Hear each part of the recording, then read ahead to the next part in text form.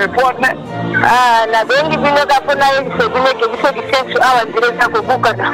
Zela ya teta ya moke. Zeta na kubukana do siki bambule bandi. Do moepe na kulepezate.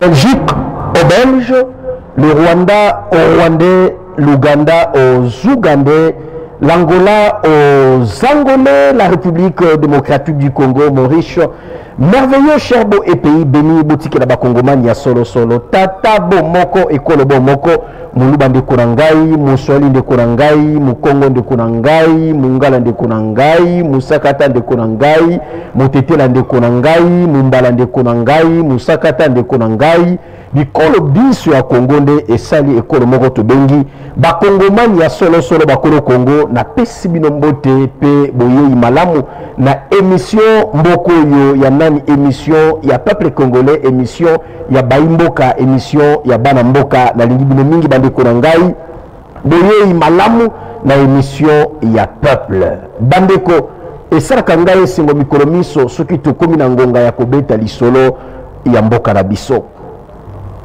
Alors, lelo tokomeke mpe kokanisa, tokomeke mpe ko réfléchir. Na sepeli makasi bandeko. Mikolo miso tali ko la likambetali le changement est une loi. Na banza tokota na profondeur na yango lisusu lelo.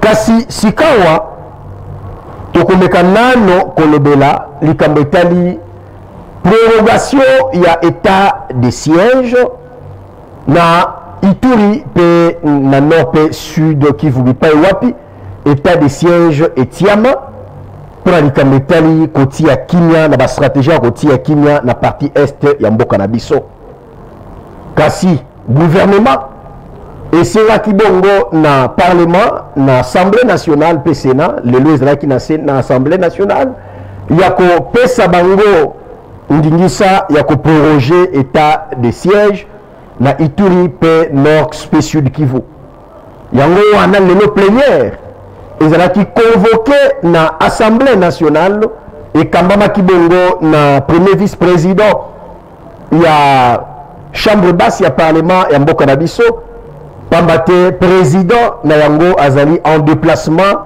na mission officielle na Afrique du Sud pour représenter le Parlement congolais du pays Kuna au nom de Mboka. Alors, les députés nationaux à Sangaraki, pour la quota, la lenge ni sa autorisation, il y a prorogation et état de siège na bisika wana. Kasi na kati ya plénière, ezana ba ponami, oyo bango, ba sepela kite, balobi ete état de siège et singélité et la proroger ba pesi ba raison et bango alobeli yango na yango ba klaka qui porte ezali bongo caucus il y a ba député élu il y a 3 provinces oyo Ituri nord et sud Kivu yango nako tikila bino et réaction à chaud après que bimana bango na plénière oyo balobaki na kotalisa bino intervention il y a honorable député national et Irachan de Saint-Nicolas oye Ariajusaki yazali bongo député élu ensemble na compte il y a parti politique ensemble pour la République lié à Sireki bongo pour réagir peut voter sa mécontentement pour nini bango ba linakité état de siège na proroger na lombango et c'est ngeli ba étudier yango bo découvrir réaction na élément autre ko proposer bino sikawa bolanda peto kozonga 2021 et depuis ce temps, il y a eu plusieurs assises où il a été demandé qu'on lève l'état de siège. À l'Assemblée nationale, le 29 septembre 2021, nous avons voté une résolution pour lever l'état de siège. Ça n'a pas été respecté. Il y a eu un dialogue où on a appelé tous les dignitaires des deux provinces pour lever l'état de siège et tous ont demandé qu'on lève. Ça n'a jamais été levé. Et quand on est en train de continuer à proroger, mais vous voyez le nombre de morts qui continue d'augmenter, le nombre de déplacements massifs, et nous avons en tout cas la conviction aujourd'hui que l'état de siège est devenu un business tout simplement pour les militaires, les généraux qui sont sur terrain. Et donc ça, aujourd'hui, on sait les voir qu'il y a un conflit net entre la population et les officiers militaires qui sont sur terrain. Et donc on les accuse de faire des exploitations illicites des minéraux, de chercher plus l'argent que d'aller protéger la population. Ils ne se donnent pas parce qu'il y a beaucoup de trafic militaire entre les groupes armés, entre les rebelles et cette armée, certains officiers qui sont de cette armée. Donc il faudra quand même, pour aider notre République, pour aider les chefs de l'État, pour aider la population, il faut quand même qu'on soit franc dans des discussions qui permettront à ce que nous puissions avoir des recommandations, d'autres orientations qui permettront à ce qu'il y ait quand même le retour au calme. Il n'est pas dit que s'il n'y a pas état de siège, le pays ne va pas combattre. Nous avons l'armée qui est toujours disposée à combattre. Avec ou sans état de siège, l'armée combat toujours. Donc nous voulons quand même qu'il y ait de l'ordre pour que les choses puissent redevenir normales. Au moment où je vous parle, pour ce qui concerne la province de l'Ituri, il y a un conflit flagrant entre les militaires et les civils en Ituri. On accuse toute la population d'être des groupes armés, on accuse toute la population d'être des M23. Ça ne peut pas se passer comme ça. On arrête beaucoup de gens en cascade et il n'y a pas de solution et les gens continuent à mourir. Maintenant, par exemple, la RN27 est fermée. Hier, il y a eu plus de 14 morts. Mais on va aller avec ça jusqu'où? Je laisse aux amis des Nord. Très bien. La réaction à chaud de l'honorable Gracia Irachan, qui réagissait après leur sortie de la salle de plénière pour boycotter la prorogation de l'état de siège. Alors, il se justifiait, il donnait sa position, la position de lui-même et de ses camarades, de ses collègues, députés, et de ces différents caucus, l'Ituri, Nord et Sud Kivu, donc des élus de ces trois provinces. Alors, il donnait la raison qui a fait à ce que ces derniers puissent claquer la porte et refuser la prorogation de l'état de siège. Alors, après l'honorable Gracia Irachan, il y a aussi le député national, Willy Michiki, l'honorable Willy Michiki, qui de son côté aussi, à son tour, qui a lui aussi a donné son point de vue, pourquoi il voulait à ce que Bapesa Bango Maloba va réagir, Bapesa point de vue Oyo, Bango Balingi, pour la Balingi Tete, va projet état de siège, c'est lui qui étudier Yango, et c'est lui qui mekempe Koyoka Bango, Kotia ba stratégie Longobani, on a kolongo l'état de siège pambate pour na bango bapesi ba réseau botiolanda honorable Gracia Irachan bolanda pesika ora bokuse honorable Willy Michiki yepe azalaki wana apesaki réaction to point de vue naye o esalaki ete ba boycotter plénière ya lelo ozali consacré na prorogation autorisation ya prorogation état de siège boyokaye simatokozonga potokoba émission. L'Assemblée nationale n'est pas une caisse de résonance de qui que ce soit. Tout ce que nous réclamons, que nous soyons écoutés. L'état de siège a démontré ses limites. Aucune ville n'a été récupérée depuis que l'état de siège existe. Et c'est malheureux que lorsqu'on présente une proposition de loi, on ne donne pas l'occasion aux députés que nous sommes de pouvoir en discuter. Ça, nous disons non. Nous sommes des élus, nous ne sommes pas des garçons ou des filles de course de qui que ce soit. Tout ce que nous demandons, qu'on puisse nous écouter. Nous avons été envoyés ici pour ça. Et si cela continue, nous n'allons pas attendre que l'agresseur arrive ici à Kinshasa, nous prendre un sandwich, nous irons là-bas nous battre, puisque c'est pour ça que nous sommes ici. Merci. Très bien. c'était le député national Willy Michiki qui réagissait, qui donnait son point de vue par rapport, qui justifiait quand même leur position face à l'autorisation, la demande d'autorisation de la prorogation de l'état des sièges. Il réagissait, il donnait son point de vue, ou il donnait la position, il justifie leur position, donc qui a fait à ceux qui boycottent la plénière de séjour consacrée à l'autorisation de la demande formulée par le gouvernement pour proroger l'état des sièges. Bandeko Nangai, Bolandi Ndeko Willy Nishiki, Oyo apesi point de vue naye. Alors, Ngaïlo Konarosenga en tant que Molobelipe Kongomani, ils allaient être autorité Tamukonza Ekolo Congo, Bakambi, Ekolo, Batambusi, décideur Yamboka, Bomekempe, Kofanda Pesi Kamoko, Naba élu Oyo Boyo Kabango, qu'est-ce qu'il voulait? Loko bazoki ngongati ya koloba yango na plénière bopesa bango maloba ba mekempe kopesa pe ba point de vue na bango boyoka bango tebete le mieux informé du pays c'est l'autorité suprême, le chef de l'État, et mekempe ko yoka bango poto sosola maye oyo bango baliko kanisa. Pourquoi balingite prorogation état des sièges? Pourquoi? Qu'est-ce qu'ils veulent? Balingi nini to salamini? C'est très important parce que nous tous nous voulons à ce que Kenya Ezonga na partie Estambo Kanabiso Pambate, ce n'est pas seulement l'Est du pays qui les a affectés, c'est tous les pays parce que nous sommes un seul peuple et une seule nation. Changeons de chapitre à présent, changeons de chapitre à présent pour parler Makambetali Mbongwana. Le changement est une loi, qu'on se le dise. Le changement est une loi. Tobandaki yango uta mokolo yalandu, tozoligo koba yango. Ko mekempe ko martele ko beta ndanga likona yango ko sosola likambo wana ko lobela likambo wana ko sensibiliser sur likambo wana ke mbongwana ezali mobeko. Le changement est une loi, parlons-en. Le changement est une loi, parlons-en. Mbongwana ezali mobeko, to lobela yango nanu. To mekana ko kanisa ensemble. To mekana ko lobela yango. Pourquoi nous disons que le changement est une loi? Je ne cesserai et je ne fatiguerai pas.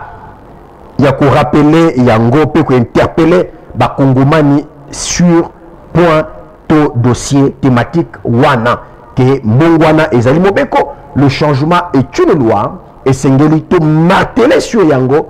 Pambate bande Korangai, ce qui te rebelle Yango te, to koba continuer na ignorance, pe to koba kolela. Qu'on se plaindre, et puis solution et qu'on zoma kakate tant que toko rivaka, tant que toko yebakate, ni ne sengeli to sala et sengeli to kanisaka ensemble, to pesa ba piste des solutions. Je suis na kati ya ba journaliste wana o ba kanisaka ete ezali importante mikolomi so ko sala ka mosala ya monguna et sengeli ko pesa makanisi ko réfléchisaka en notre voix. Si bato baza olela ngombongo ba conseiller mokonza mboka ba conseiller de en matière de ba ko kosala yango te, nous lokola ba patriote biso lokola bana mboka ba pandisango oto na bakabisika nyonso ba kongomani bazali toza na devoir wana ya ko mekempe ko pesa ka makanisi na biso pona mbongwana ya mboka na biso pambate. La foi vient de ce qu'on entend. Mbongwana eyaka na oyo toyokaka et c'est très important. Kondimeyaka na oto kaka tango toli koloba tango toli ko sensibiliser kondimezo mata na mité ba kongomani foi ezo mata pe sérénité ezo kota kati ya population ko sosola nini esengeli to sala nini ezo kanga biso le loi bande ko ngai lelo moto nyoso yo aza alingi Kongo ayebi ba sekele ya mbongwana ya mboka azo sosola ete lelo soki toza bisika toza et que makambo belé misusu eza okangama ezo simba tezo ke liboso te ezali ya yambo ezali kambetali absence de l'état. Absence de l'état la kisinini kozanga autorité de l'état la kisinini ezali ko buka mibeko bato belé bali ko sala makambo oyo mobeko epesi bango ndira te basala oyo mobeko epekisi bango basala bango bali ko sala yango. Alors dans un état quand les gens ne savent pas honorer ou respecter la loi, bande kolangai ezali nzelata occasion jungle et occasionnaka recul kozonga sima jungle epesaka nzela na likambo etali sur place likambo etali soki bo reculer te bokobeta bokotourner à rond sur place bokobeta sur place bozomona ke mais makambo nyonso baosala makambo eke liboso te pourquoi parce que jungle ezali bandeko na ngai aucune nation na monde aucun pays na monde oyo et se développa na jungle aucune nation aucun pays mbongwana ya mboka bamboka omona ngana ekenda liboso ekenda nini sekele na yango ezalaki autorité de l'état moto na moto ayeba ba limite na ye ayeba ke awa ona kokosala ona koyi koloba ona koyi koloba te ona koyi kosala ona koyi kosala te c'est très important et c'est très important ya kokanga pe ko simba yango bandeko na ngai. Nous négligeons peut-être des choses importantes et nécessaires ou les alliés primordiales et singulito yeba peto sosola yango to ti yango na misala.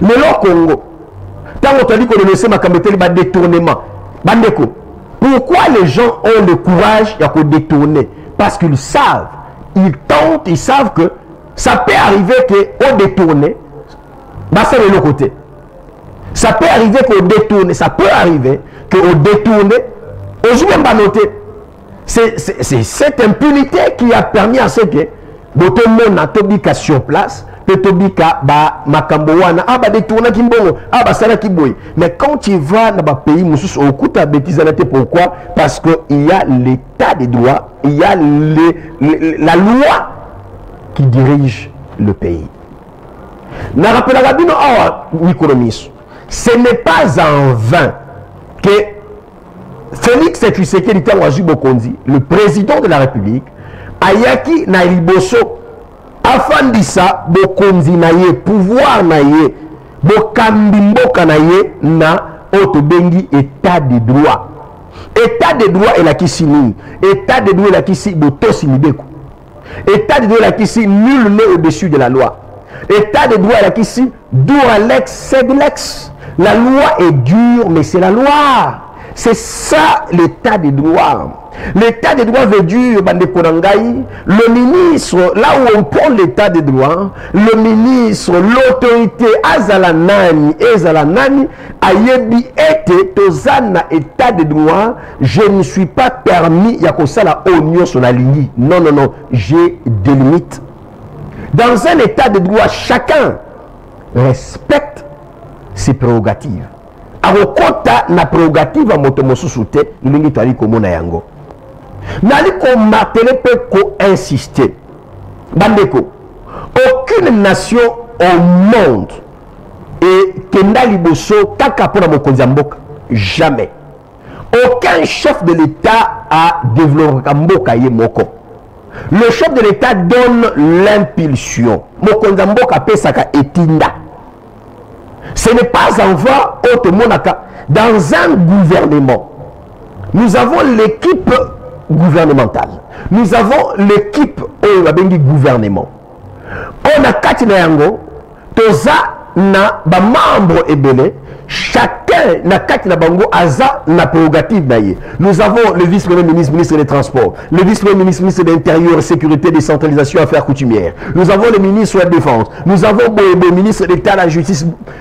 Chacun d'eux aza na ba limite aza na ba prérogative oyo azali censé co-exécuter à l'andela azui impulsion pas mokonzi mboka yende mutu akosala nyonso nazopesa bino exemple kaka moko mso iseme mokonzi mboka le chef de l'État a donné l'impulsion na ba secteur nyonso et aujourd'hui il y a un secteur na ba ministre sika o bazali ne bonga oyo azali ko epate ba kongomani o ba kongomani ba fongole les ministres peut bali ko témoigner soutien par accompagnement na bango.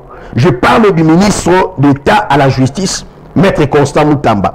Le lo nani oyo akoboya ba effort akoboya ba ako reconnaître détermination pour lutte combat ya Constant Mutamba oyo est tellement visible. Na peu de temps Constant Mutamba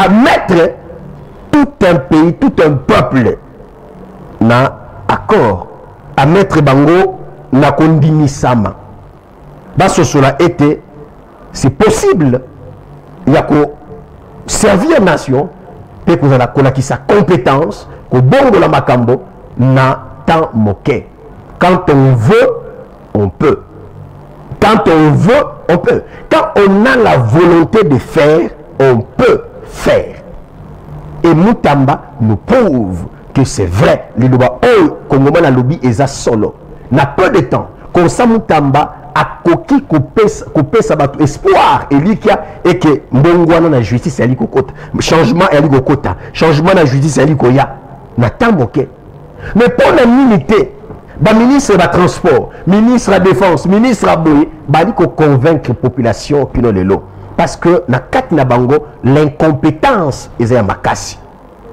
bandeko na pesa rabino exemple kaka moko nous parlons de la loi Oyo ezali bongo du changement qui est une loi otali koloba mikolomi soir quand on veut on peut et sa volonté et sa stratégie yango mona ka mundele soka di kaze incompétent aboy incompétence on a boy ko isamboka dans la secteur oyo mieux vaut la démissionner parce que na soko yelo côté mais en Afrique, surtout au Congo, c'est difficile.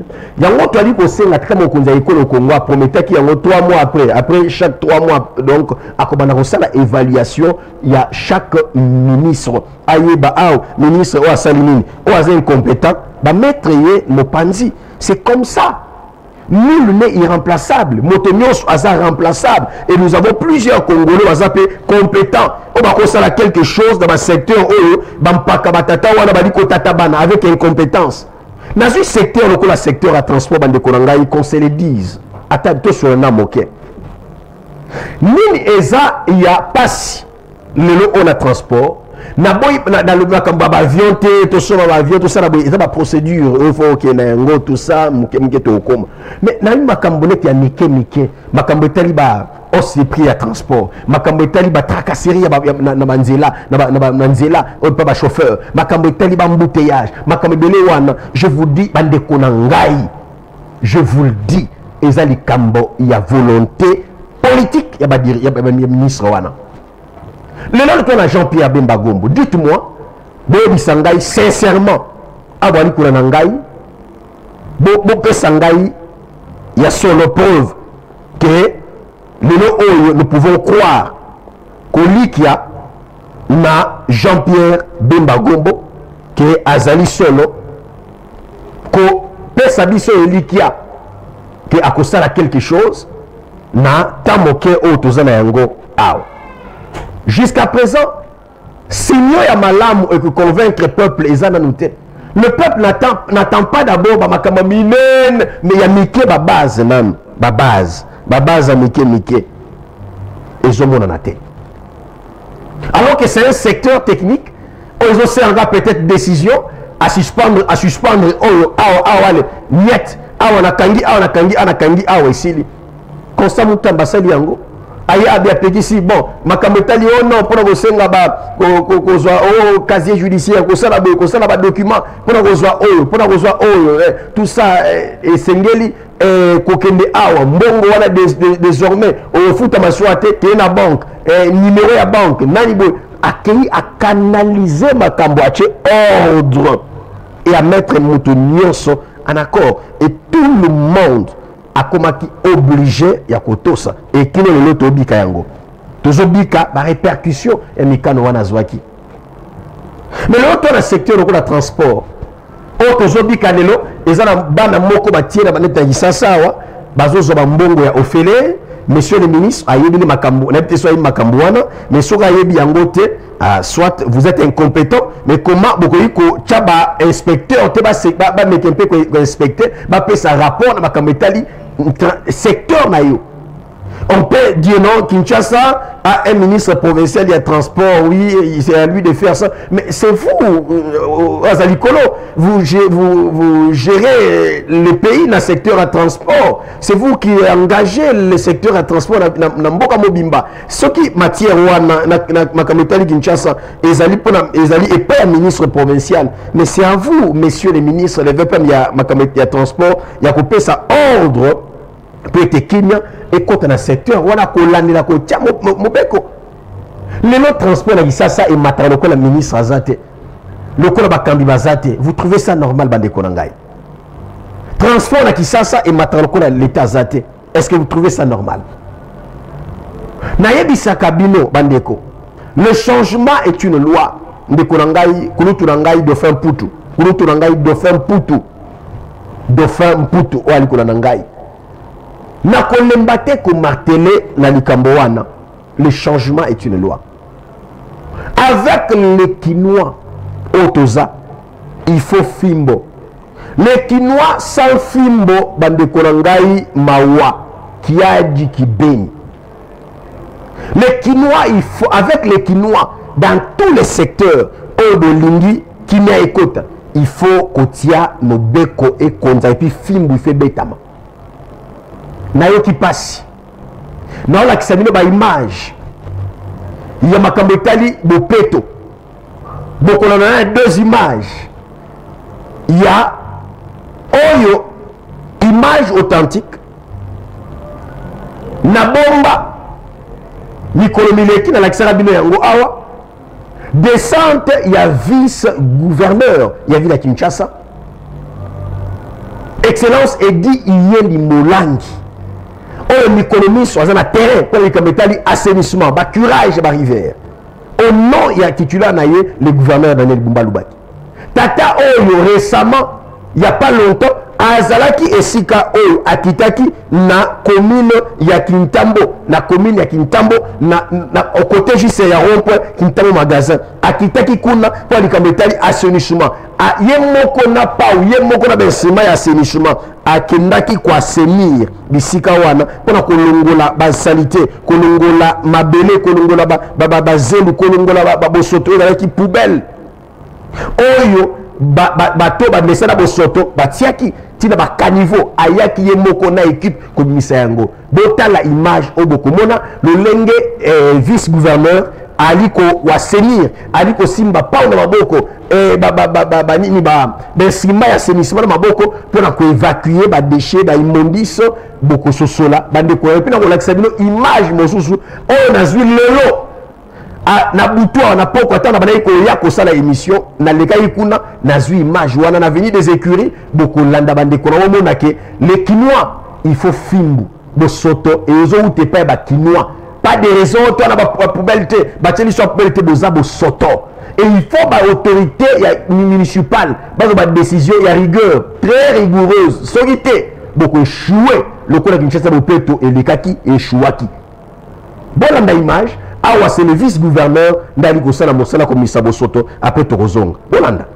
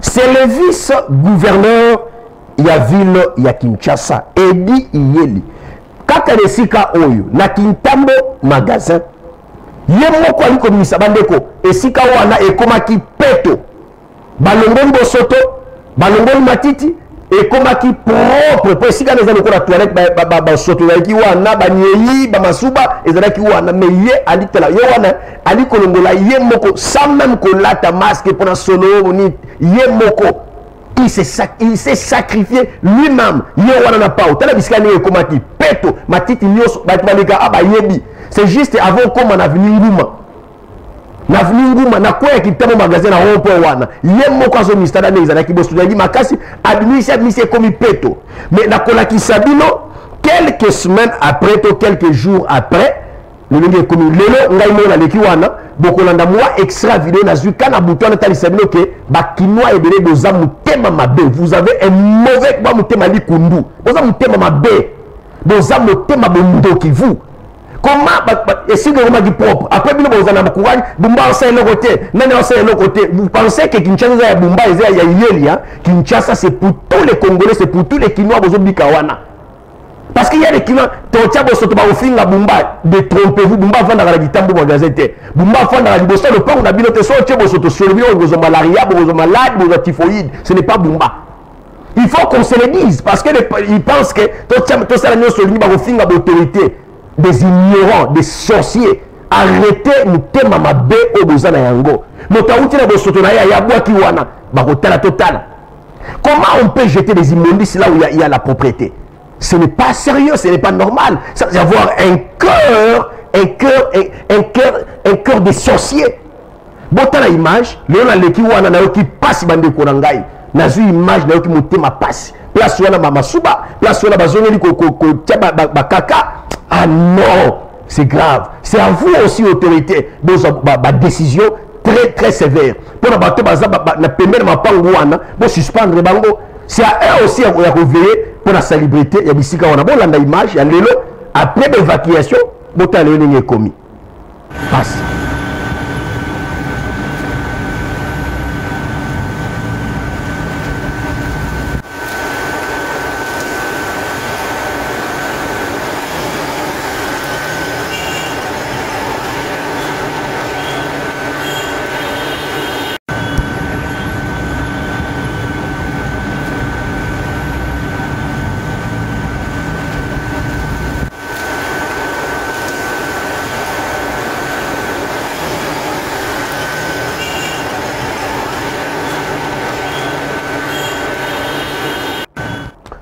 Bandeko, boye bisangai ata binomoko.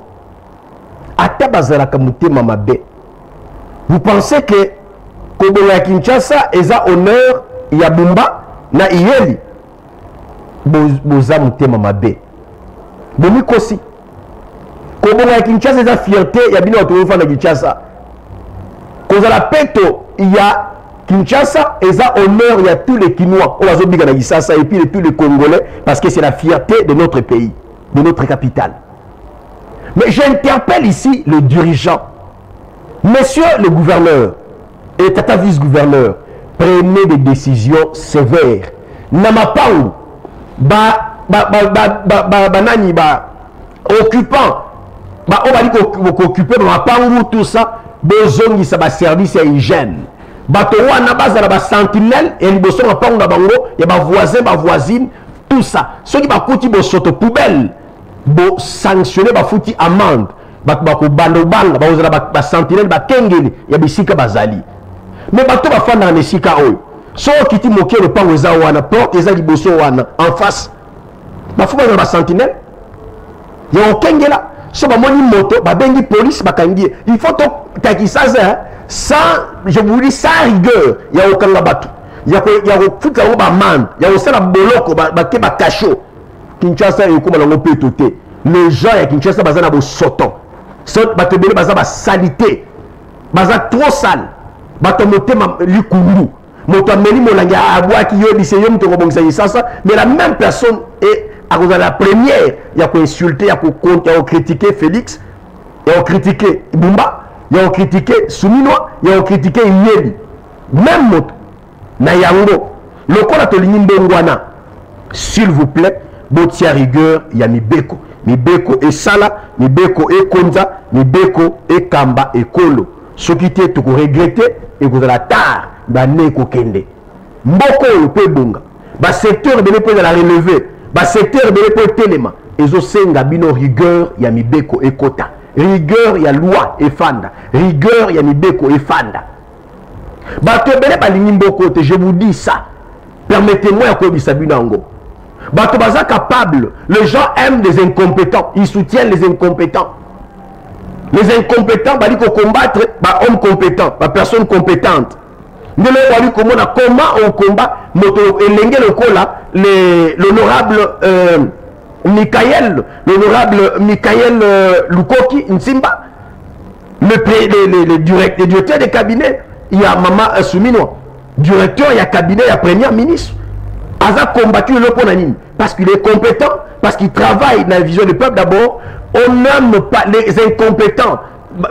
Créer un sujet autour de Makita pour déstabiliser est-ce que nous aimons les Congo? Il faut que comme na point moko mais qui le loboye qui makaboto dit que le dossier Nicolomi soit qu'il y a un clic.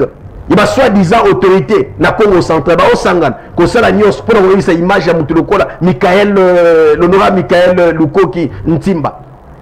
Mais quand on dit qu'on est dossier makambaboy bino bolingi Congo, chères autorités, prenez le courage ya ko interpeller batu wana ko bisa bango ke to lingi Congo wana te Congo motema li kundu wana leka na ba dirigeant ba leka ba ki ben compétent. Nous sommes un pays de droit. Nous prenons l'état des droits et tant que koki to meka kobongo na mboka na biso to kobongo na ngona bolingo na unité nationale et unité nationale wana ekoleka kaka na ko ba ko reconnaître ba effort, ko reconnaître autorité, ko reconnaître ba compétence ya bato ba di ko honorer mboka lokola lelo. Nous avons un jeune qui fait la fierté de la jeunesse congolaise.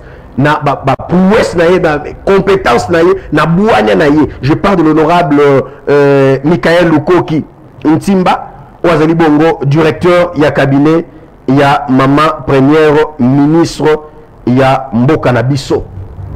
Donc vous comprenez, Bande Korangai, que Toza n'a droit d'erreur. Nous journalistes défendons des valeurs. Je l'ai toujours dit, Motolokola, Michael Lukoki Ntimba, baza ba valeur au singeli te protéger. Toza na bango et belete, baza moke te protéger bango. Bato bazo ko honorer mboka, bato bazo la fierté mboka, to oyeba ko honorer bango, to pesa bango limenya, to pesa bango valeur. Toza na bango et belete, to pesa bango valeur bandeko na ngai. Alors bandeko Merveille Katumba je pense, je voulais en parler parce que j'étais contacté par les habitants. Il y a Makala, Baïdi Singaï était phénomène Kuluna, Ezali Kokoba, phénomène Kuluna, ils ont continué. Na ville ya Kinshasa, na commune Makala Kuluna, ils aussi la Kakate, na commune Yabumbu Kuluna, ils ont Makasi. Na commune Ngalema ba quartier belé kuluna ezakaka makasi ba beninga bisike belé ba tindelinga ba image que je ne saurais vous présenter à la télévision parce que ils tellement sensible que bande konangai eza pas si pour ngai naïba ko présenter bino ba vidéo wana eza sensible bipa ba liko kata ba to ba pota na bambeli. Alors ça fait très mal bande konangai, ça fait très mal. Bandeko likambo etali kokata bato bapota kokata bato bambeli et ezali ko continuer na Kinshasa. C'est ainsi que nali ko profiter ko senga na VPM ya intérieur kozwa mesure nécessaire pour na koyeba ko éradiquer likambo etali phénomène kuluna na ville ya Kinshasa. Ezali réalité, ezali mythe. Le peuple Banakisasa, Baliko Nyokwamo, Namakambotali, phénomène Kuluna. Tout ça, l'Ikambotali, absence de l'État. Il faut autorité de l'État, Eyeba, Kozonga, Bandekonangai. tozongisa autorité de l'État. Autorité de l'État nde kosala ete kuluna esila. Autorité de l'État nde kosala ete kuluna esila na mboka na biso. Esengeli tozongisa autorité de l'État. Yango nezali force ya mboka na biso. Yango nezali élément primordial oyo kosala ete to vivre mbongwana. Oyo kosala ete to bika mbongwana ya mboka na biso. Oyo ko renforcer autorité pe changement ya mboka na biso ezali kaka wana élément o babengi autorité de l'État.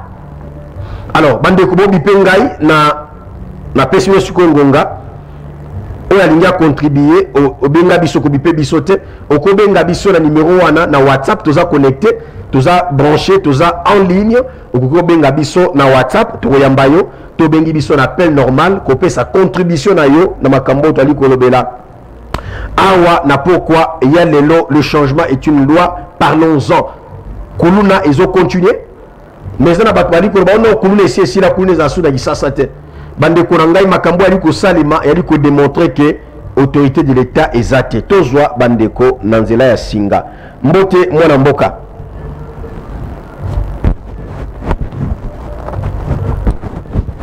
Allô Mbote papa Dauphin Mputu.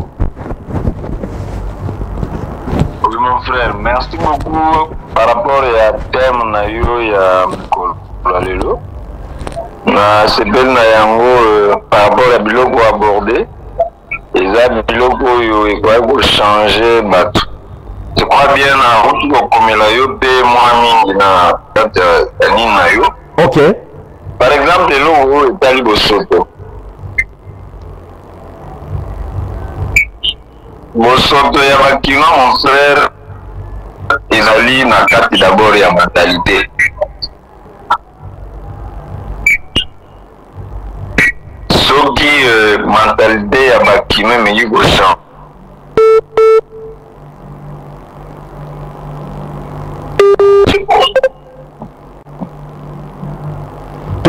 Tata. Ah, voilà. Papa Dauphin Okoki Kozonga, ils appellent les autres à la normale, les alliés qui perturber connexion. Donc, la mission la normale, les alliés qui perturber connexion. Alors, nous prenons quelques appels à Bandekwaza en ligne, Nabiso, et tu remets un peu Kozwa, la réaction à Bango. Alors, on découvre une bisouat.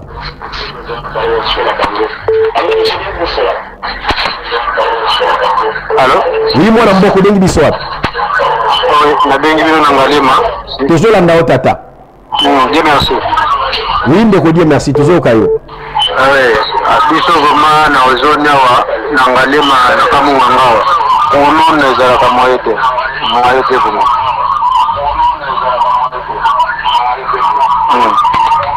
Et puis côté oyo bokomese na biso atia biso mokongo penza, atia biso mokongo. Donc batera c'est boucher mai nyonso na prince donc moi été. Donc avenir toi là DGC Tio qui t'a pompage donc biso kotoyo.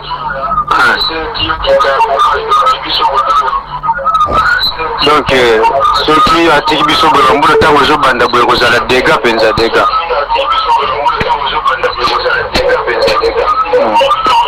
Merci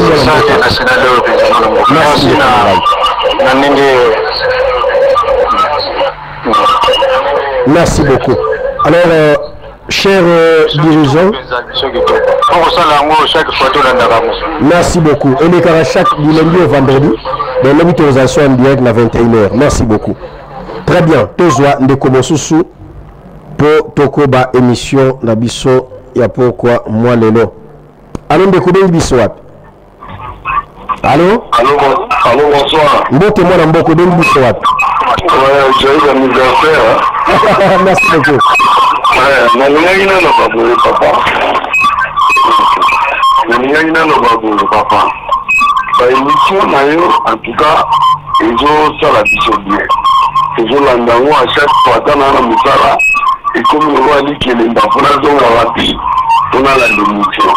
Mais ils ont la ligne à papa. lever la puissance, nous toujours travailler et comme à Liban. Ok, très bien. Très bien. Toujours souffrir tout ça dans la boulangerie à Liban. Papa, ça l'air est vers ma longueur.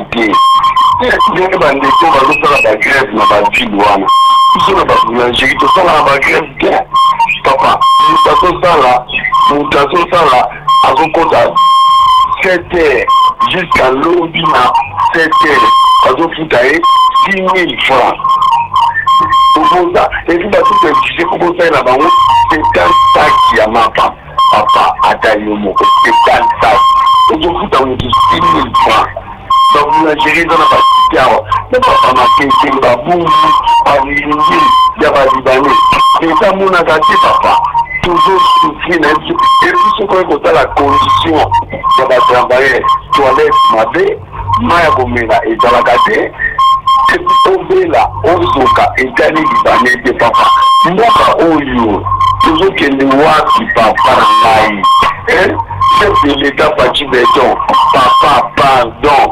Vous avez la seule papa, il y a des conditions à bâtir. Papa, parce que tout le monde va vouloir gérer le monde, on va faire la masse à bâtir. En Libanais, va tout dire, papa, parce que souffrir population, ceux qui ont continué la boulangerie, et puis les comptes finaux de la rater. Nous avons fallu 10 ans la boulangerie, ni des comptes, ni okufe lindeko okufe limama bazopesa yo 50 000 francs papa atali moko 50 000 francs yo okufe limama obanda okuleleleni papa epuis dollar ezomata bango monde esanzaka te même toko na bango ya banke yango kaka bafutaka basaka bino moko papa mokolo motu sala meme émission mpena kolobela kaka mpona balibani wana na baboulangerie papa onema très papa na ngai. En tout cas, vraiment, ils ont souffert, papa. Et puis, papa, ça va manger 1000 francs. 1000 francs pour la rondia. J'ai dit, la travail à ma carte, bon, 1000 francs, on est là, on est. Attendez, mon papa. Merci, mon Mboka. Merci, papa. Très bien. Merci. Je vous promets que Nakolo Alikambo, Nakosela, une émission spéciale. Mokolo, il y a lundi. Il y a pour une émission Souka. Alors lundi, si je n'ai kolobela, ezali kambetali maltraitance ya ba Congolais, au bali kosala et pas ya ba Indo-Pakistanais, et pas ba Libanais, ba Indo, ba Pakistanais, banani d'étrangers wana, au bazali ko sala mosala na mboka na biso. Alors likambo yo eli kosala pasi esengeli esila, likambo yo esengeli echasuka. Likambo esengeli tobika mbongwana na yango na mboka na biso bandeko na ngai. Bandeko, ça m'a toujours estomaqué, ça m'a toujours choqué, ça m'a toujours bandeko na ngai bouleversé likambo etali maltraitance ba Congolais. Na osela ngo émission mokola lundi spécial. Allô ndeko ben biswat. Allô. Allô mwana mboko ben biswat. Sana bengi na commune de Liberté na Mumbele. Tozolanda mwana mboka. Karo c'est Boaba.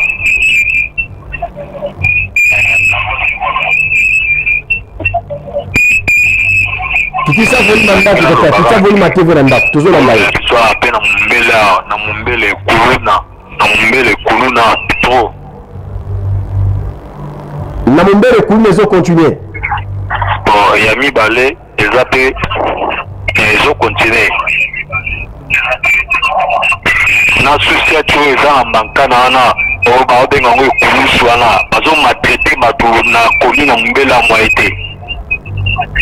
Société kulusu. Babala baba te kulusu wana société na kulusu na mbakana. Bazo matraiter bato bango ne bazana baza place ya ba moto e banda te mazuko na bango ya kokanga ba jeune garçon kana Mumbele. De ma jeune garçon innocent. Ah, ça va. Bah, innocent, ata bakuti oka ozotambola bakangi yo. Bamono tema na mutu ata mwa mwasi botemi bosolola bakangi yo. Merci de Korangai. Tout ça, c'est à cause de l'absence de l'autorité de l'État. Et Sengeli Motora Motora Salamoussala, maître Jacques Chabani, vous êtes VPM de l'intérieur, police est dans le secteur Nayo. et sengeli kocha autorité de l'État na secteur oyo. Ba Congolais ba leli mingi, to réclamer trop, to lobby mingi, et comme tant to le kanaba action, to le kanaba acte, to le kanaba démonstration. Parce que autre ali komona et comme ko sala passe et l'équipe nous allons renforcer sans nez de trop et l'équipe. Alors il faut tout mekempe kobi kambengwana pambate bande korangai makambo yo et ali ko sala passe. Dossier oyo et ali ko sala passe. Makambo zali koleka. Bande korangai phénomène kuluna na ba arrestation ya ba innocent. Et ali ko sala passe, et ali ko sala sengote. Bandeko dans quel pays botala makambo on a dit qu'on est awa pour vous démontrer combien oyo toi na problème il y a autorité de l'État dans secteur wana ya sécurité o seigneur ba renforcer les biso sécurité botala binomoko image oyo kuluna ezobundama na butute mena moi botala image boye bisangai bandeko na mboka nini kuluna ezobundama na moi. C'est que la calcula te bagarre la bouteille comme la bouteille te coulé bout de marakuna mais le coulé comme on a moi pour vous dire que ces gens-là bazobanga mototé bazobanga pe le côté botala image et coulé na moi botala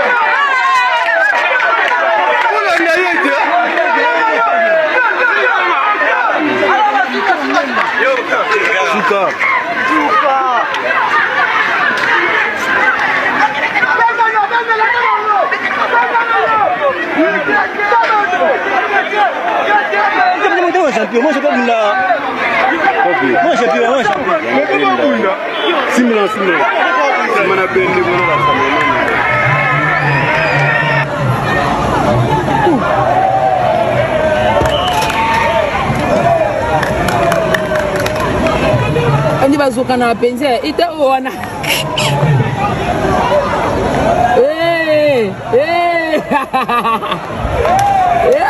iti sheti akati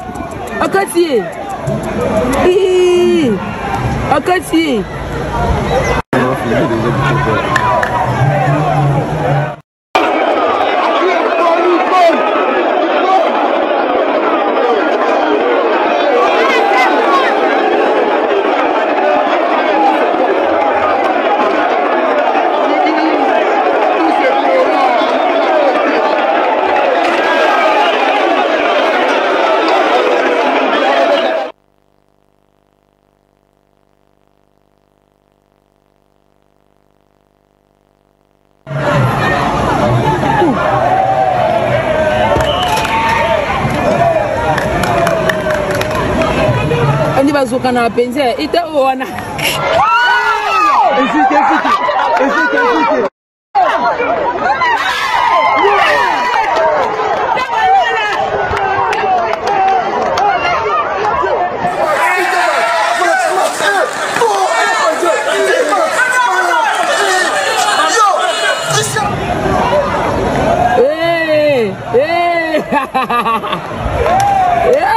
iti sheti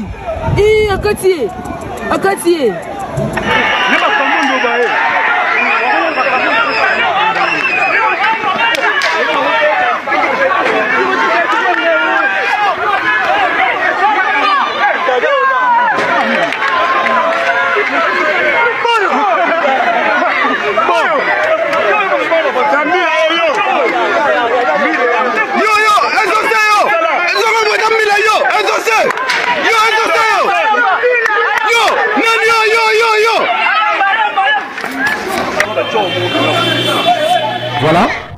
Voilà bandeko na ngai bomoni bino moko pona talisa bino combien kuluna eza réalité na ville ya Kinshasa et botala niveau au kuluna ekomi na Kinshasa o ezobundama na butu te mais na moi pour vous dire quoi ces inciviques ignorent l'État ou les agents de l'ordre. Ils savent que les gens qui ont tiré bango, les gens qui ont innocent, pour ça qu'ils ont péché il faut que les innocents,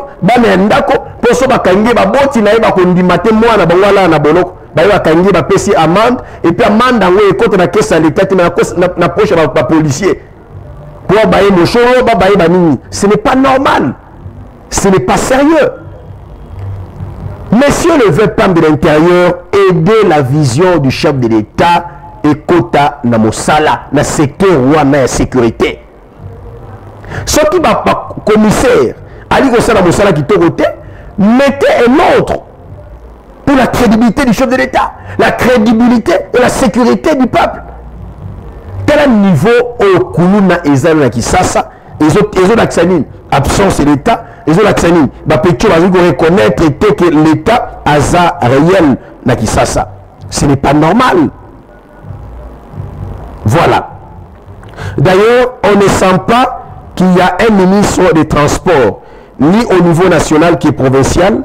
De Soto, Yabakinois, ils ont d'abord la mentalité. Tant que la mentalité quinoise est malade, rien ne marchera. Réaction de M. Dauphin Mputu Mambote depuis la Tchangou. La Pession Mbote, Kulutu Dauphin Mputu Mambote pour la réaction nayo en direct et émission Mboko Yo Yanani. Alors, comme je le disais, Bandeko, le changement est une loi. Mbongwana et Zamobeko. Ça fait très mal des fois côté parce que ça me fait mal. Et ça kotalisa kozanga makasi ya ba service na biso kozanga makasi ya police na biso et ça normalité ba bêtise esengeli esila moto asali mabe kuluna likambeteli en réalité likambeteli kuneza likamute ngo zo ba nende tozolo ba yango et comme ba dossier pour de nos salons économistes jamais il s'est dossier miké ba go fendre ba créer la stratégie alors to fanda to sola likambo pour to si ça il faut to ça nini to mettre en place autorité de l'État. Le secret c'est l'autorité de l'État. Bande kuna so comme niveau comme le et baïbaï qui autorité de l'État za ngoté. Ceux qui ont besoin ba chauffeur ba faut mettre transport mais ne ba limite parce que ba comprendre que l'État a aussi la musalate a occupé ba ngoté a aussi ba le côté. Ma camarade Kolobalani a raison Kolobayarido et avec preuve son accosi botinda ba gens wana ya sécurité ko baza me compter ma camarade Koloba awa ba kende ba batama na ba de bis ba mona yango dans quel pays on t'a rose audace ya ko battre transport lingi dans quel pays un individu qui sort avec son véhicule ils ont voulu rabéler l'État mais malgré le véhicule ils azali obligé soka limite atiki moto na ndako mais soka obimi esala ils ozali obligé à se soumettre na mobeko à l'État mobeko mais si ils se soumettre na mobeko côté parce qu'ils savent que l'État aussi la musala du côté parce qu'on a faille il y a l'État donc baby qui est toi la jungle mais moi je sais qu'il y a un chef de l'État qui prend l'État des droits. Mais le problème, c'est au niveau exécution à vision dans le secteur. Mais le secteur à transport, incompétence. Le ministre ne n'inspire pas confiance. Parce qu'il n'y a pas de signaux. Pour moi, s'il y a remaniement de Jean-Pierre Bemba, il faut qu'il l'endroit. Parce que jusque-là, il n'y a pas de signaux. Parce que je me dis que quand on veut, on peut. Quand on est compétent, on prouve ses compétences, même dans un mois, même dans quelques semaines après nomination, après la prise de décision radicale pour le Mbongwana, Bandeko, Mboko Sobati Okamba. Et c'est une décision radicale. Sur aucun anime total, on donne la chance, on donne encore de 48 heures, encore d'une semaine, un mois. On va accorder sous un mois après aux incompétents. Dans cette nation, dans ces pays, ce qu'on joue occasion, on peut se mailler. On va nommer quelque part, blague à part, va nommer, va reconnaître que tu peux faire quelque chose. ça a quelque chose parce que le secteur na yo tcha rigueur ça la moussala. Le lorsque tu as dit acclamer Nandeko Constant Moutamba parce que c'est un jeune où a dit que na carrière à mon aïe, j'aime mon pays, j'aime ma nation, j'aime mon peuple, je dois servir bango et non ko banga batuwa na yakala o ba tia ba mibeko na bango ba fami ça système de jeu na bango aye ko déjouer ba planio so batuwa na qui ne va même que poison tout ça mais le col en samba soutenaka ba oyaye ye wana za envie et azongeli mosala mais bat ministre de basara il ne nous inspire pas confiance le nom qui ça tracasserie à consacrer ma communauté transport mais en quoi vous vous fâchez quand je dis que tata Jean-Pierre Bemba a donc convaincre l'état de pèse abisso espoir terre qui a solo mbongo na dans secteur à transport alors bande korangai et c'est normal. Bonsoir Congomani. Le responsable numéro 1 dans cette affaire, c'est l'État. Pour éradiquer ces phénomènes, il suffit de prendre des mesures sérieuses. C'est vrai qu'une partie des responsabilités est de nous, la population, mais c'est l'État qui a la gestion de la République, la chose publique. Où en sommes-nous avec les projets Kanyama CC? C'est une bonne vision, mais qui n'a malheureusement pas d'avenir. Nicolas Mvumina. Escude, Congolais n'a pas su Mbote de Nicolas pour la réaction. Voilà le vrai Congolais. On se voit à la télévision. Azawa na wopé s'appelle Makanisinaye Mbalamoko. Merci à toi, Ndeko Nicolas, pour l'intervention Nayo par rapport à Makamotali Kolobela Awa. C'est ça, être un vrai patriote, un vrai Congolais. Attends, ma paix s'appelle Ikanisi. Pambate Congomais na fandara awate polo ba yemoko me po azwa pe makanisi na bino nanzela ya ba message ba texto ba audio c'est très important pour la mbongwana ya mboka na biso. Donc voilà bandeko nangai. Bandeko, le changement est une loi. Sans la rigueur, sans l'autorité de l'État, tobi ka mbongwana te. Kaka likandeko Nicolas alubi aw responsable, le problème est il y a absence de l'État. C'est-à-dire, l'État dit que ça, c'est l'ongobanité. Des personnes là, individu, mécano, na place de l'État. Ba imposer, ba loi personnelle na bango. Ba tient la biso mibeko na bango mokabi à la monika bon.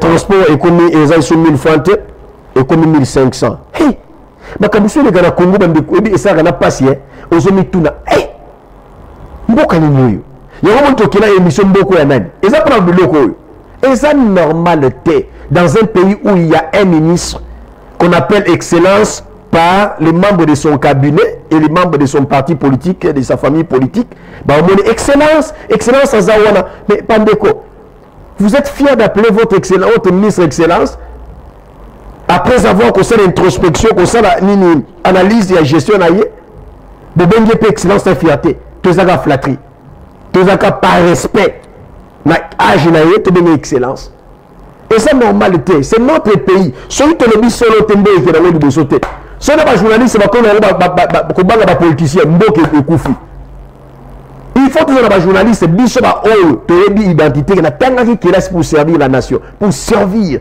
pour que tcha mosala oyo na makamna yokola ki na mosala c'est ça un journaliste n'a pas d'amis on a un politicien aza minangai aza papa tombe oncle ya minangai sur la lobby na kobebi sa relation na minangai ngaité. Monsieur le ministre, vous êtes incompétent, vous êtes incompétent. Qui est incompétent? C'est tout celui qui ne sait pas assumer ses compétences. Il est incompétent. Et quand on vous traite d'incompétent, ce n'est pas une insulte, c'est un qualificatif. Quand je parle que monsieur le ministre des Transports est incompétent, ce n'est pas une insulte, c'est un qualificatif qui veut dire que monsieur le ministre n'arrive pas à bien assumer ses compétences. Contraire, il y a compétence, c'est incompétence. Quand on ne sait pas bien assumer ses compétences, c'est-à-dire vous êtes incompétent parce que vous n'arrivez pas à assumer vos compétences. Donc c'est incompétence. Ah, le Congo, victime d'incompétence, il y a des veste. Il y a des Français belé, mais ben incompétents. Des Français belé, des discours belé. Moi, je soutiens Fachi. On ne soutient pas le chef de l'État en parole, mais en acte. On ne soutient pas son leader dans ma loba, dans ma déclaration, dans ma TV, dans ma caméra. On soutient celui qu'on aime ou celui qui vous a fait confiance et vous a payé dans mon salaire, dans la compétence. De l'autre, tout le monde comprend que Constant Mutamba, Constant comme son prénom, Azali Bongo, il y a solo Kotambola, ensemble, dans le chef de l'État. C'est vraiment un véritable collaborateur. Il y a Félix Antoine Tshisekedi Tshilombo. Pour les Congo, il exécute réellement la vision du chef de l'État. Il y a même ça, problème. Et ça, l'incompétence à Batouana. Oh, la justice citoyenne c'est mon nom. Parce qu'il y a quelqu'un qui a eu vision chef de l'État, a dit qu'on matérialisé Yango. Nous avons commis ça Constant Mutamba. Mais tant qu'on dit que nous Constant Mutamba, merci. Et merci à Fachi qui a fait de Constant Mutamba ministre, qui exécute la vision de celui qui l'a nommé. Donc, au nord, il y a Constant Mutamba et les autres pas à Fachi. Il y a Tata Coach. C'est comme un joueur qui exécute les orientations à coach. On a un ami, joueur à Tchébi, mais on a un coach.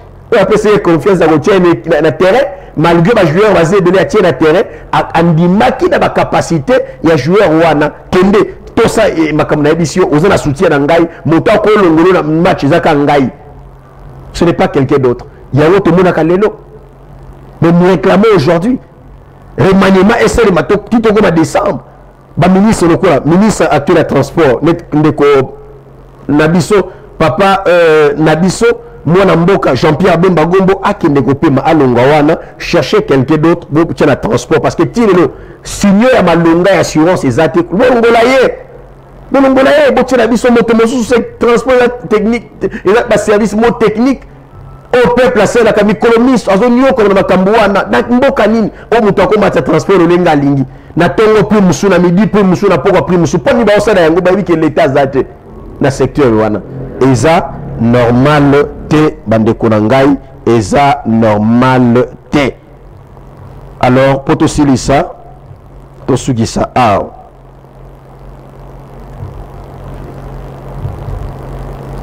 to sugisa na kozwa quelques réactions ya bandeko yo bali kolanda biso tozo makanisi ya bandeko wana. Zanga namoni mwana présenté pour na banga kapona comme na insécurité. Ah yo so banga menga na banga ate. Namoni manjola kesi ya kuluna. Ndengo bité comme na partout ben civil comme partout et ça sur na bouteté comme na moi. Et ça une solution qu'on a proposé qui na ni na biso IDPS. On proposé qui projet moko pour nous aussi ça maman sur les cas dans la commune à biso. Na lobaki boy. Faut former brigade de contrôle et sécurité. Ata partout ata na Europe. La pays musu c'est la sécurité civile les alliés. So mon le que les cas na Haïti. Ba jeune ba telemi ba teme gouvernement ba kani parti mo pona bango. Pas aussi ça kuno ezangolo muke. Na chaque quartier ce gouvernement qu'on permettre dans chaque quartier pour ça ba jeune ou la brigade de contrôle et sécurité. Maintenant les jeunes wana izali bazali wana ba habiter basa na brigade de contrôle et sécurité. Pour passer toutes les informations pour les cas na kati ba commune na bango. Ba ebi mutu ba ebi chaque mukulu na ba commune na bango ba ebi. Ba chef du quartier ba pesa sur information te pour banga ba côté ba na banda wa menacer ba. Ba chef quartier na za mieux placé au pesa information mamne tous les cas na ba commune na quartier na. Na zo na ministre ya intérieur provincial na ministre intérieur no ba central ben national. Je suis na mobakonda la police pe na ministre transport attends na transport faut na brigade de transport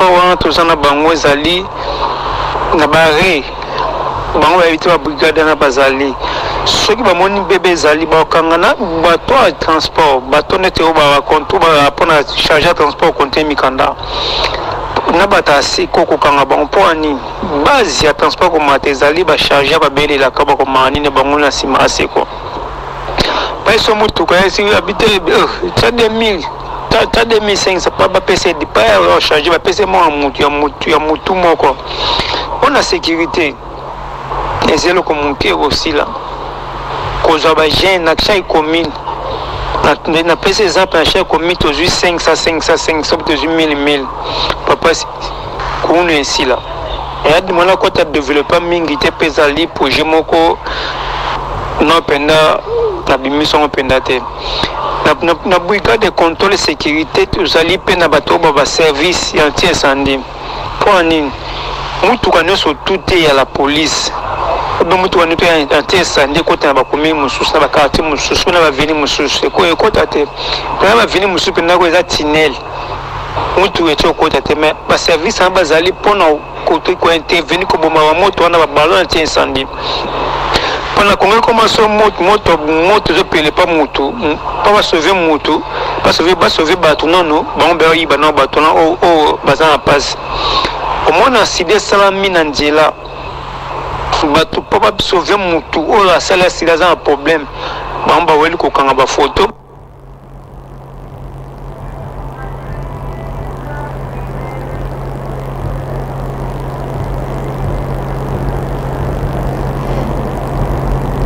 Voilà. To comme vraiment la souka et émission na biso. Ba weli on se ko tsawa mabona poche. Ce qui brigade zena ba chaque commune. Mais makambo belé ko sani aussi là. Na sengi pena na yo pa na sola pena ba journaliste belé. Na sona ba collègue no pena mi mais mo atang ba komo na ba ngweza te. Ezanga ndema ko kezalité pona ko financer projet wana. Mais projet na zo senga bazo boyeleka. Mais si vous avez ministre, moi, je proposer un projet, moi, bon, ça m'a belle pour éviter pour ça ni bakabola. La 5 pendant le ministre de l'Intérieur, Germain Chabane pendant la 5 pendant la ye, azatan ayambatangai. On a proposé un projet pour insécurité l'équiming. Très bien. Alors, je pense que mais avec Katumba pour des annoncer déjà émission, pesa biso vidéo il y a bakuluna. Pour annoncer ba Congomani que to lobelango lobby to clôturer dossier à Kuluna Oyo donc ils ont des missions spéciales to pesa ba solution pour na ko éradiquer phénomène Kuluna Oyo ezali réalité na ville à Kinshasa botala lobby to resolve bande ko bozo benga biso pado bolimbisa ngai to zona no élément pe to silisa émission na biso apoko alelo.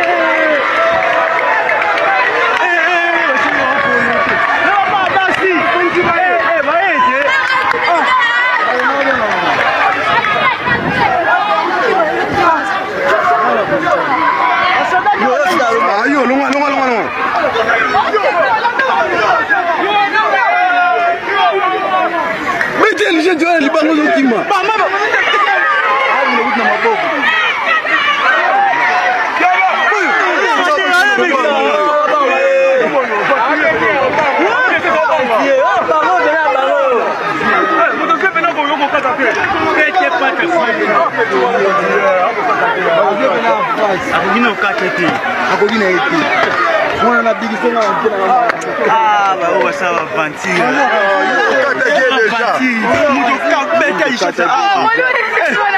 Oh, mentir. Yo!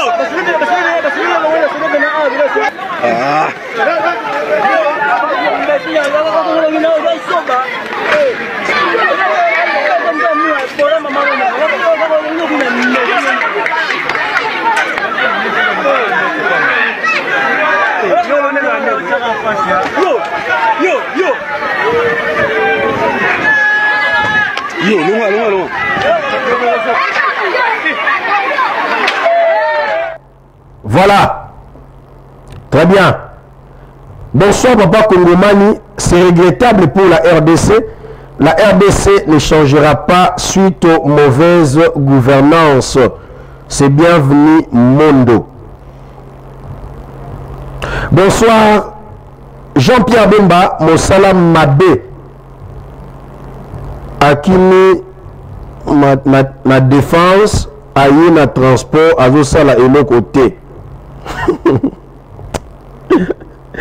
Les problèmes du transport dans une province incombent au ministre provincial.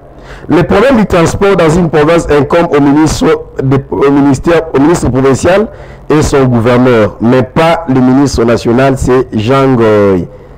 Oh Jean Goy, il y a grand frère, Jean Goy, il y a Wapi. Et c'est bien à répondre de Kumbala. Moi, quand on attend un message, c'est très important de dire ça. Je pense que j'ai dit ça au début.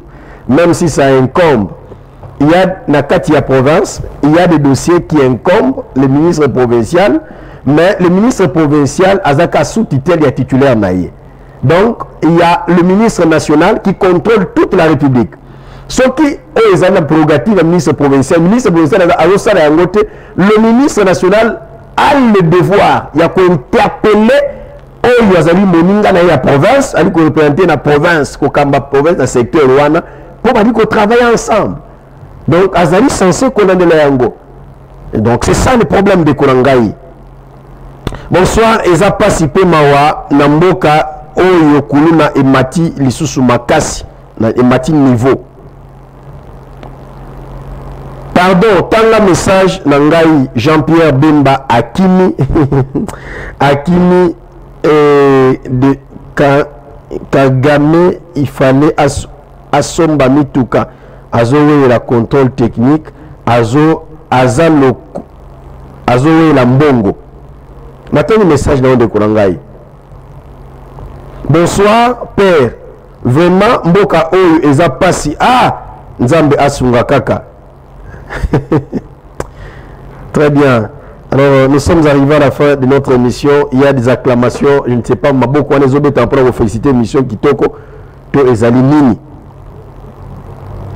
Donc, nous sommes arrivés à la fin. Je voulais féliciter le directeur général de la direction générale de recettes de Kinshasa, de M. Michel Moussaka Maïlenkai, qui le ménage auquel est fort pour Mbongwana. Il y a 2 GRK. Il est tout feu, tout flamme pour Mbongwana.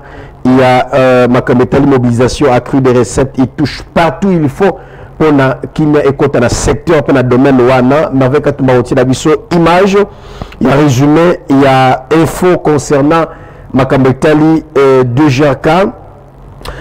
Partenariat entre la 2GRK et le SCPT. Les Ali Bongo Lelo, le 19 septembre 2024. Le directeur général de la 2GRK, Michel Moussaka Mayelenkai, a rencontré Madame Sandra Chibonge Mbouyi, directrice générale de la SCPT, pour discuter d'un partenariat bénéfique entre leurs institutions. Les points principaux abordés: collaboration technique. La 2GRK souhaite tirer parti de l'expertise de la SCPT en matière de la télédéclaration, de connexion Internet et de digitalisation de paiement. La SCPT s'engagera à connecter le bureau de la 2GRK à un réseau Internet, intranet, et à faciliter l'expédition de courriers aux assujettis. Élargissement de l'assiette fiscale, la SCPT accompagnera la 2GRK dans l'élargissement de sa base fiscale en utilisant les données de la Poste. La SCPT en tant qu'entité s'engage également à se conformer aux obligations fiscales provinciales. Donc, Mme Sandra Chibonge Mbouyi a souligné que ces partenariats marquaient le début d'une collaboration prometteuse visant à renforcer les capacités fiscales de la SCPT tout en améliorant les opérations de la DGRK. Les experts de deux institutions travailleront désormais en commission pour concrétiser cet accord. Voilà des choses que nous soutenons et que Ngai Kongomani na le kakate et que inaperçu tena de mission ko mboko ya nani et sengeli ko talisi yango ba Kongomani bato bali ko sala mosala na vision mokonzi ya ekolo Congo fachi beton et sengeli ba soutien na biso mboko ya nani émission ya peuple ko yebisa bamwete vous avez tout le soutien, tout notre soutien.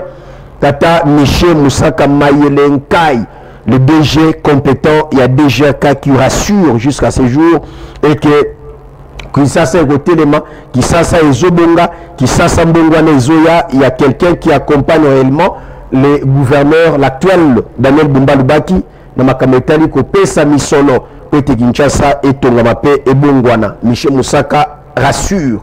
Donc, coup de chapeau à monsieur le DG, Michel Moussaka, pour la Moussala qui toque dans secteur Wana, il y a mobilisation accrue des recettes Pambate, sans yango, Mbongwana et Kozalate. Alors, Bande Konangai, et Sengragna le Yango, il y a monete, et Sengragna chité, na yango, Bande Kobozo bien abisso, tout coup, à la lobby pardon, Maboko de GB Tamaki, na été félicitations, tout à Rossilenga et monsieur Cécile. Alors, tout coup, à la lobby, na 21h, juste, na Bomoko Média, na émission, na Bino, sur votre chaîne Bomoko pour une télévision avec le Congoman Jules Vambemba na émission Mboko Yo Yanani.